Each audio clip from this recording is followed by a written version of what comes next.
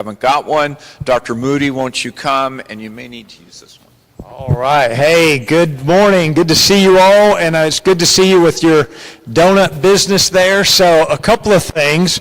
Do not forget the cards. So if we talk about anything, any of these programs this morning that you want more information about, indicate that on these cards. There's more than we can talk about. Can I borrow your sheet there for a minute? On these sheets, thank you, right here, it's kind of like Brad mentioned earlier. There's all kinds of problems, but there's also solutions if we engage in certain actions. So check those things out. And there's a lot of resources that you can have access to. So let's talk a little bit about church revitalization. The idea behind the sheet that you've got there is coming from James 1, verse 5. If any of you lack wisdom, let him ask of God that giveth to all men liberally and upbraideth not, and it shall be given to him. And so we've got difficulties in America trying to serve the Lord and follow him. And so what we're doing is saying, Lord, what can we do? And the Lord has promised he will give us wisdom to deal with whatever situations we face. I do think it's important, though, to realize we're not alone. So this is a different QR code. This is called the Top 10 Challenges Facing Pastors in 2014. You could go to this QR code, and I would encourage you, or you could go to nafwb.org/GCRN, but I would encourage you to read this article. So this is an article that I wrote for the Great Commission Research Network, and basically we were looking at the top challenges pastors, all kinds of pastors, are facing in North America. And so let's talk about that a little bit, and let's talk in particular about what we're struggling with, okay? And so just remember, you can go to that website, nafwb.org/GCRN, or you could actually Google my name and go to the Asbury website and get the article there. That's the kind of thing I could send to you as well. So you can't see this, but these are the top 10 challenges that pastors in North America say they're facing. Number one, they said they were having trouble evangelizing people who've never been to their church. Number two, they couldn't get their people mobilized to evangelize. They couldn't hold on to young adults. They were having trouble getting their members to put their faith into practice, and then they were having trouble effectively evangelizing people contacted through outreach events. So you look at that and you think, okay, well, that's nice, but what about Free Will Baptist? What is it that we say? Well, we're just like them. Everybody has their concerns cluster around three particular areas: evangelism, holding on to young adults, and training and discipleship. So whether you're a Free Will Baptist, whether you're a Presbyterian or a Global Methodist, this is the kind of problems that everybody really picked up on. Now for us, though, there were enough people in the sample that you could break us down and see what we said. And basically, we've got everything that all the other pastors said except for some different leaders. And so I'm going to talk, or except for some different items in different orders. So I'm going to talk about that a little bit because our challenges are a little bit different than most other North American pastors. And so the first thing that was differentiated us from other North American pastors was all of our pastors were male. So everybody in the sample, and Brad knows these folks, and he's the president of this organization. They said, Eddie, you're not going to believe it, but all your pastors are male. And I said, you know what? I believe that, okay? And so all of them are male. Number two, our churches were between 51 and 100. We had more churches like that than churches between 101 and 200. So our churches tended to run smaller than other churches in North America. The third thing that was different about us is Free Will Baptist Church pastors said that their churches were growing slower than other churches were reporting. So we were experiencing some slower growth. So we asked ourselves, why could this be? Well, I'll come to that in a minute. But first off, we then looked at how the things that we were concerned about, and were there any differences between us and all other pastors. And there's the number one concern. We were more concerned about finding high-quality pastoral intern candidates than they were. So that gets at the pastoral shortage and all of that. Secondly, more concerned about recruiting lay leaders and so forth. Now, did you know we're the second most rural denomination in America? Did you know that? If you didn't, now you do. So there's only, and I say denomination, we're the second most rural religious body in America. So the only group that's more rural than we are the Amish. And some of you are like, but I live in some really, I live in a really urban area. I don't know about that. Well, look at a map of where our churches are, okay? And so, and this is a little different. This is the U.S. religious census, and what they're doing is combining the U.S. census, and basically this is the percentage of how many Free Will Baptists are a part of the community. In other words, our footprint, how big it is. Now you'll notice we've got the West Coast, but you'll notice, I guess it's the I-5 corridor, and they're doing this by county data, right? So even here in California, yes, a lot of you are pastoring in more urban areas, but if you'll notice, some of those areas are pretty, not that greatly populated, and that's exactly what you see. The hurricanes that have hit us lately, that is right down our territory, where we have high percentages of the population. There are populations in Missouri and in West Virginia and Georgia where 15% of every person in that county is a Free Will Baptist, right? So we've got a lot of people in those areas. So our churches tend to be in what's called more rural areas. And if you go back to this is talking about how rural it is. And so we have a lot of people that are pastoring in churches that are outside of a CBSA, community-based statistical area. So that's the smallest population centers you have in the United States. Now, if you're over in Los Angeles, you're part of the 1% of our churches. And so you can see how that varies. There's other people that would be similar to us, but being a more rural denomination has some challenges to it. And you can see that in this data as you go through and look at it. Now, we are more rural, but we're also the third youngest denomination in America. That is on 3 different measures based from the Cooperative Election Survey. And so you'll see it right here. This Church of Christ, Pentecostal, and then Free Will Baptist. So we're the first non-charismatic group that would have a high number of young people. Now, in this particular way we're looking at it, we're just asking, or the CES is asking, do you have a child younger than 18? And so that's where we come in at number 3 overall. So we're more rural. It also appears that we're doing a better job of holding on to our kids. And so and that's probably part of the whole rural business. Another part of it is, Brad mentioned earlier, the D6 family curriculum and so forth. So we've been putting emphasis on D6, train up a child in the way they should go. And it does seem like that's paying off. And so this is a study, I've probably talked to you about this before, where we looked at students that went to Truth and Peace, E-Team, College Missions Program, or did the church training service, the Randall House memorization and all that. We studied these Generation Z people, young adults.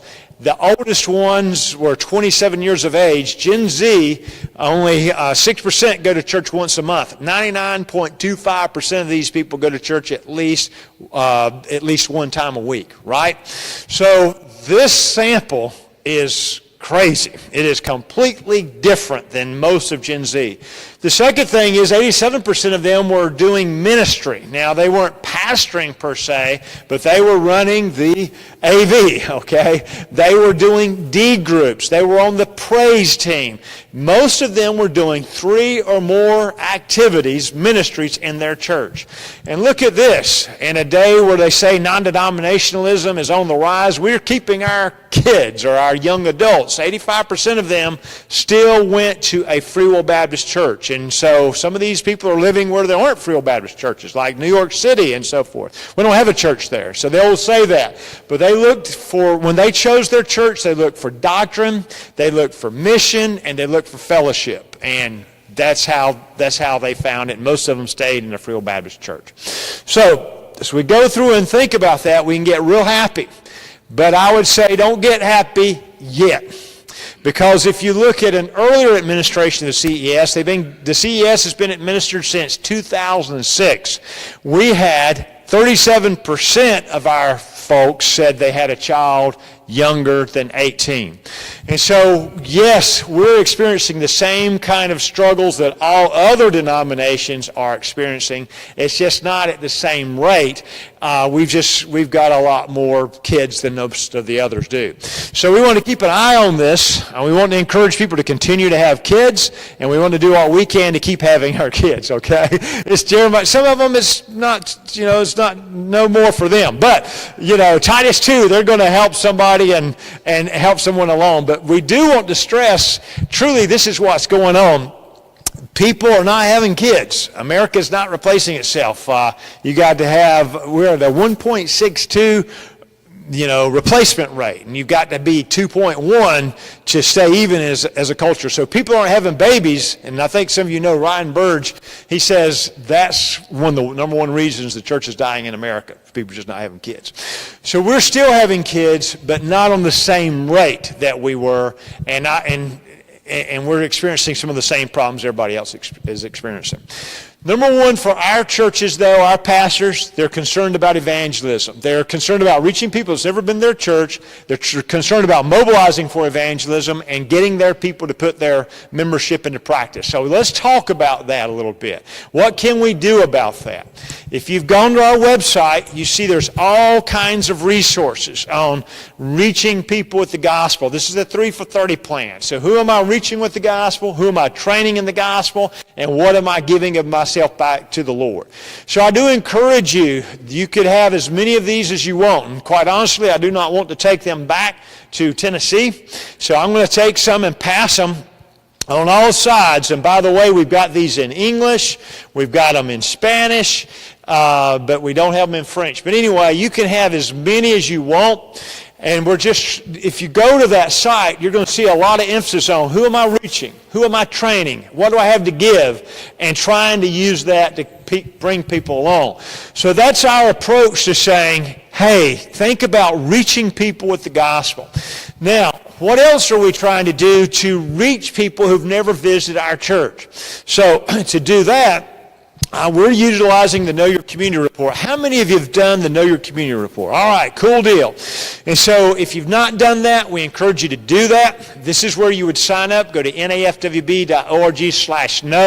The report can be done in English. It can also be done in Spanish. And it's a really effective tool. And so for our churches who have used the Know Your Community resource, when we give them a feedback session, they tend to do something with it. 69% of all our churches can identify something within 6 months that they've done to address the results of that, to reach their community. So we encourage you to use it. We'll give you the initial feedback session. We'll do a follow-up meeting with your church if you want. We encourage you to collaborate with other churches that have similar results as you do, and sometimes it's churches outside of this state. And then if you do the Know Your Community Report, we will give you a new mover list whenever you want it. So now when you do a Know Your Community Report, immediately you get a new mover list. These are the people who've moved in your community in the last 6 weeks, and we're trying to push you to reach out to them. But if you're anytime doing a Christmas Eve service, which is the most attended service by non-believers of any that we hold, if you're doing Easter, if you're doing VBS and you want to invite new movers, just send us a message, Fall Festival, and we'll send you the new mover list. And we do that with regularity with churches. And so check out the new mover list. Now, Free Will Baptists are getting noticed. There's a lot of people kind of paying attention to us. They've noticed that we're the third youngest, and we're utilizing a lot of interventions that people are trying to copy a little bit, if you will. And so we have an agreement basically with evangelical leaders that from now on, we're going to do what we can when somebody leaves our church to stick with them until they become a member of another church. So that's an agreement. If somebody leaves my church, they're my spiritual responsibility as the pastor until they become a member of another church. And so as we do that, and you heard Brad mention that, 15.5% of the United States population, 40 million people have dropped out of church church in the last 25 years. Number one reason, they moved. Okay? So what we're trying to do is make sure they find a church. So make sure you've got a picture of your church in the directory. I encourage you to do that. Make sure that you've got a little web address that's accurate. And I'm encouraging you to do a short 90-second video. Hey, this is where you park. This is where you come in. This is where we have church. This is where the kids go. 90-second video. And this will help us increase your footprint, if you will, on the social media site. But remember, there's a lot of evangelical churches that have people moving to where you're moving, and they go to the directory to find it, and they need to find some good, accurate information. So that's one thing we're trying to do.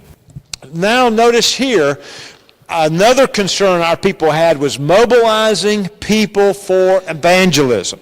So we've done something with Tom Rayner's group called the Hope Initiative. And with the Hope Initiative, we do what we can to help people to think about reaching their neighbor, think about praying for them, and so forth. Everything in the Hope Initiative is a kit. We have a Free Will Baptist discount, and I think it's $147 or $148 if you email us that you want that. But basically what happens is you, as a pastor, you go through this personally first. It's a 30-day deal. You do something every day, day one, day two, and it'll take less than 20 minutes. You read something. If you're going to learn, or they're going to learn 8 different Great Commission passages. They're going to pray numerous times, and they're going to write several notes. Make about 30 evangelistic touch points that are really kind of non-threatening. All they do is they go through this book. There are texts that we send you as part of the kit that you reach out to them and you basically keep them going. And as you look at what's happened with that, it's just been remarkable for our churches. So here's a guy in Kansas, Zach Parent. Our guy, he says, a guy in my church said, we've been Christians for 30 years and we've done more evangelism in the past 30 days than we've done in the past 30 years. Now, he said this, there's a Free Will Baptist Hope Initiative closed group where they talk about what they're doing and what's happening. Here's one of our pastors, Jeff Silver in North Carolina, and he says we started in October and then did one in January. They've done 24 groups, and he said, or 21 people have participated. It's changed our church. We've seen 12 saved, 7 families added to our church, and to God be the glory. This is a game changer. It's just a really game changer. So we encourage you to take advantage of that if you're interested and utilize the Hope Initiative. Now, another thing that you might be interested in is Bless Every Home. And so if you are interested in this, you just put on the back of your card, send me the link to Bless, although it's on the cover of our website at naftv.org. But here's the deal, or you could use this QR code right here. So this is a group that we're partnering with, and basically we've got a goal of praying for every family in America by the year 2033, right? So we're asking people, Christians, to pray for their neighbors. We ask them to pray for 5 neighbors every day.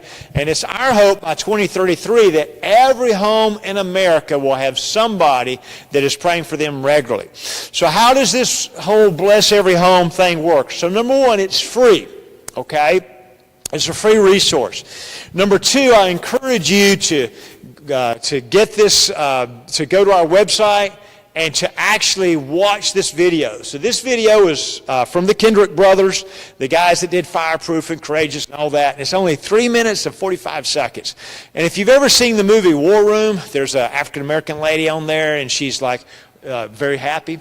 She is like the star of this video. And so if you remember that movie, she was taking time praying, and it was having an impact. And so she believes this will have an impact. So in 3 minutes and 45 seconds, you see her kind of act it out a little bit, but you also see it described. If you show the video to your church, they'll get it. They'll understand. And what I encourage you to do is, number one, sign your church up at naftwb.org/bless, and then go and show it to the church and say, guys, gals, I really encourage you to do this. We should all be praying for our neighbors, and you might have them give you their email address where you can invite them, or you can use the QR code and let them go straight to it and sign up under your church. Either way, whatever works for you. But here's what happens. They're going to get an email list every day. Now, they can choose if it's every weekday or every day period. I personally do it every day. But anyway, they do whatever they want. And they're going to get 5 different names every day. Okay? So if they pray 5 times a week, they'll get 5 names. They'll get it with 25 names. But they're going to get those same people. So they're praying for the same folks. Now, we got into this from the Hope Initiative. The Hope Initiative does a lot of walking through neighborhoods or driving through neighborhoods and praying for people, and they're like, I don't know who I'm praying for. So this is how we got into this. So they can click here on the map, and they can figure out where these people live that they're praying for, and when they pray for them, they click Prayed, and it actually shows up on your site. And you can see how many prayers your church has prayed. So you may say, let's pray 1,000. Let's make a commitment to pray 1,000 prayers. And you may know we've made a commitment to pray 100,000 prayers as Free Will Baptist, because every time somebody signs up and every time somebody prays, it shows up under our thing, under Bless. Now, here it is on the left. On the right, you could also do the neighbors of your church. So you could sign your church up.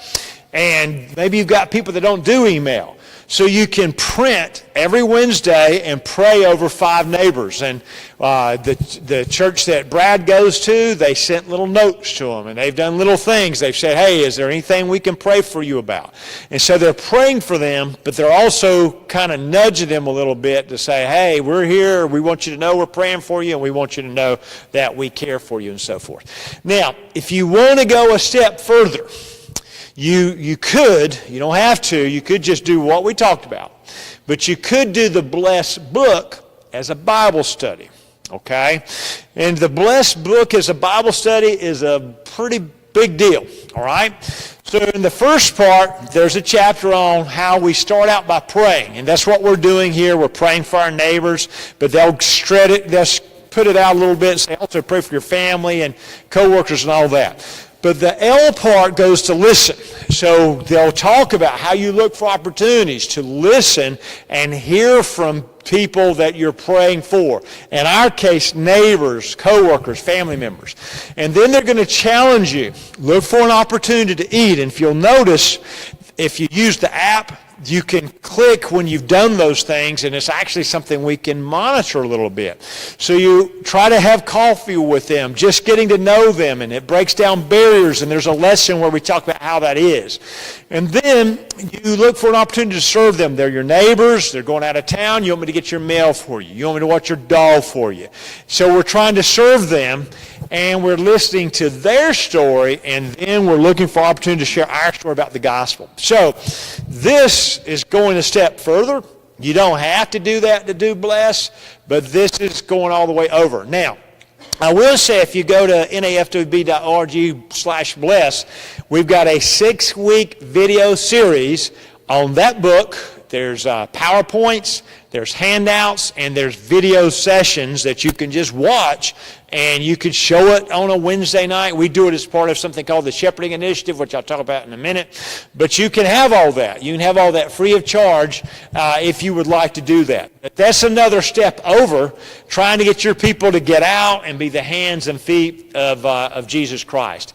This is what it looks like if they're technologically savvy, right? So the different colors demonstrate different things, right? So they've prayed for them, or they've cared for them, or they've shared the gospel for them, and you can actually keep up with that as a church and see how many of those you've done personally, how much you've done as a church.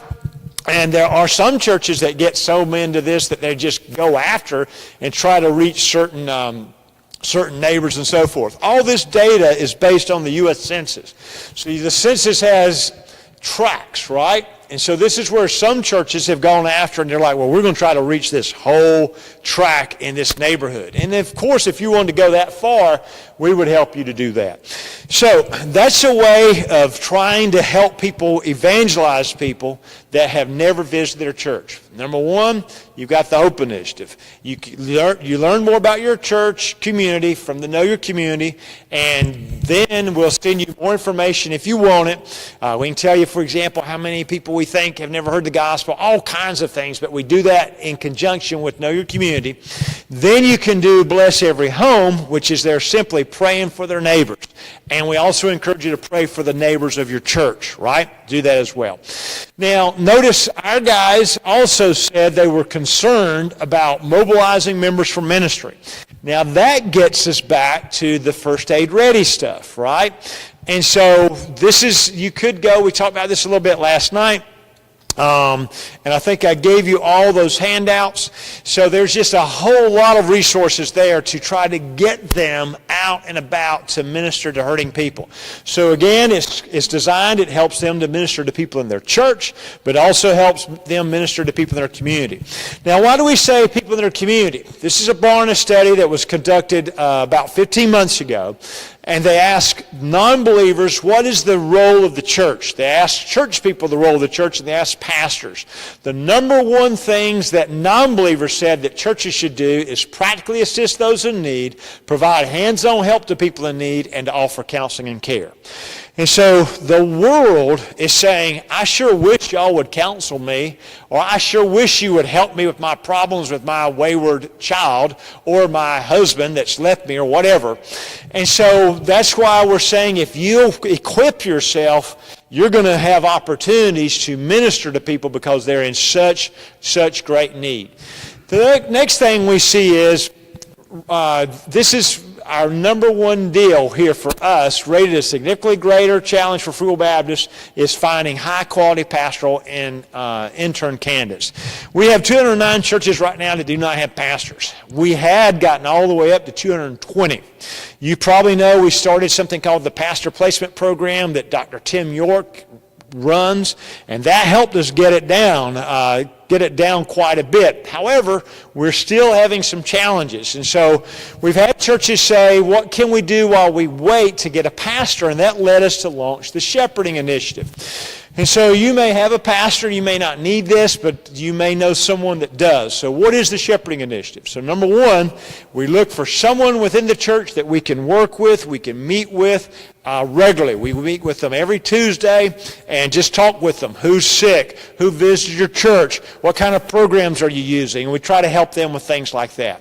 If they don't have resources to have the D6 curriculum, we provide the D6 curriculum for them, and we talk to them about how to take that and how to implement that and so forth. So we help them with interventions to keep Sunday school going, keep those things going. If they want a video sermon, Dr. Tim York does one every Sunday, and then we've got that. We send that out on Thursday, so they have that. We also have Wednesday or midweek Bible studies. That's how we ended up with the Bless Every Home, is we've done this for the churches that do not have pastors. So they've got a 6-week study that they can use with that. So number one, if you've got a church that doesn't have a pastor, I strongly encourage you to point them in this direction and utilize this resource. It's free coaching, it can be free curriculum, and all kinds of free resources that we'll use to help them with. However, all the things we're doing for the churches that don't have pastors, you can utilize those resources too. Okay? So we started out by doing this as a study. We'll end up doing the first aid for emotional hurts. We'll do a 6-week thing that way. Art Rayner's the 8 money milestones, that'll be one. And so all of those are video-based with handouts and PowerPoints, but also can be watched, and you can have that material free of charge if you would like. So in a nutshell, that's pretty much kind of where we're coming from at this point. We're trying to use Know Your Community. We're trying to use the Hope Initiative, and then we're trying to use the Shepherding Initiative for folks that would like that. What kinds of questions or comments do we have? Yes, Mr. Gary? Yeah, so, I forgot that. So I'm going to ask you to write it on the back of your card and say, and say, hey, make sure you send me such and such, and I'll do that. So, for example, let's say you wanted the Bless Every Home Bible study. So put that on the back, and Elizabeth will send you the PowerPoint, the handout, and she'll send you the link. It's all on the website, but there's a lot of things on the website. I forgot to talk about this right here. How many of you are within 10-minute drive of a college? How many? Oh, yes. All right, cool deal. 10 or 15. So I'm going to encourage you, this is kind of low-hanging fruit. If you're within a 10-minute drive of a college, I'm going to encourage you to take advantage of the Reaching International Students Task Force, okay? So this is, you guys know Tyler Penn. Here's his card, right? Oh, my goodness.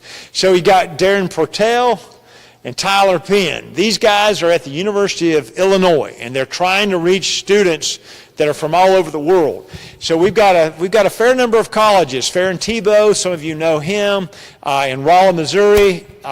We've got Aaron Pontius, University of Missouri, Mizzou. Anyway, that are doing what they can to reach college students. Okay.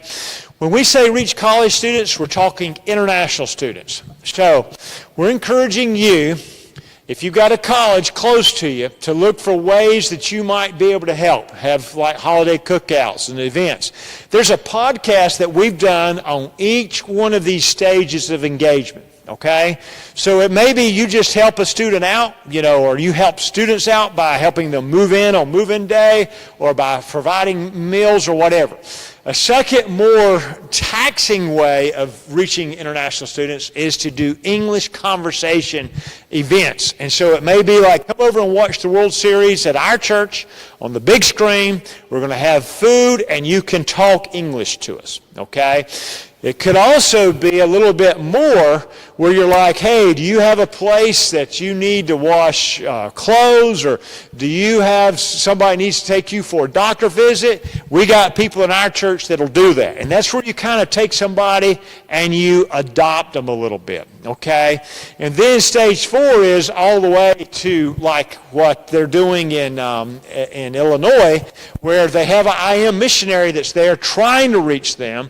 And then the goal is eventually, which is already really happening, is to these people get saved. More of them are from China than anywhere else. Number 2 is India, and then we get into all kinds of other places. But to train them in the gospel, and then when they go back to their home so that they can start churches, because most of these kids are in countries we can't send missionaries to.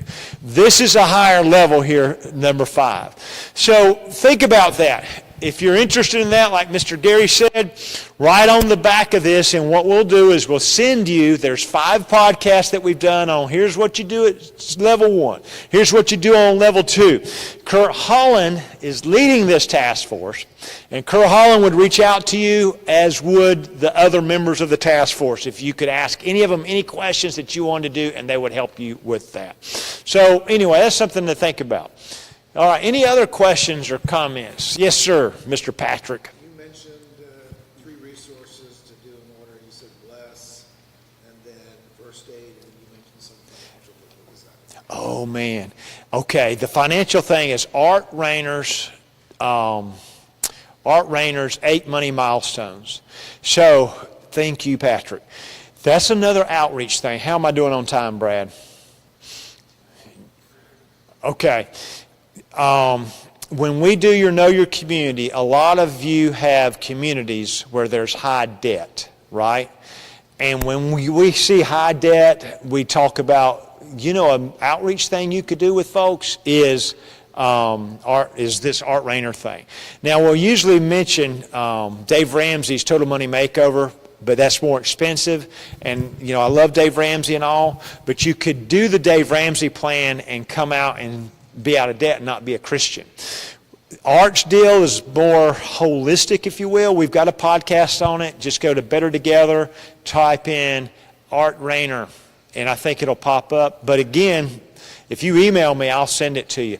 This is more than you want to know, but through Church Answers, you can get certificates through us, for Free Baptist. You can also get staff members, right? So you can hire like a monthly staff member. There's going to end up being 8 different staff members that you could hire through, at Church Answers.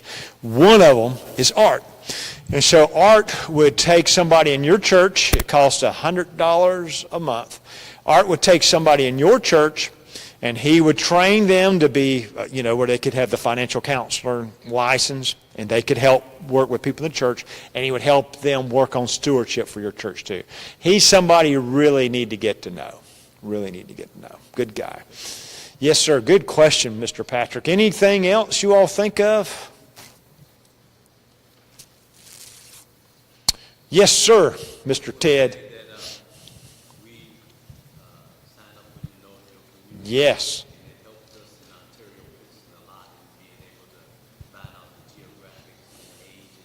Yes. It really was surprising to find out the breakdown of the types of people in our community. Like, I don't think I would necessarily realize, Yeah. families there are, how much of, So Ted and Paul are talking about using the Know Your Community, and if my memory's correct, even Mr. Doug was on there, wasn't he? So, and I'm hoping he was paying attention, but sometimes, I don't know. But anyway, we did the Zoom thing. I believe what surprised me about your community was what you had in common with churches outside of California. So that's, and then you can connect with those. There is a Facebook group, Free Baptist Facebook group on that too. So that's, we'll give you those things. So one of the things we do when we do that Know Your Community and see it's growing, what we do toward the end is say, this is intervention you can do with this intervention you can do with that, based on the profile of your community.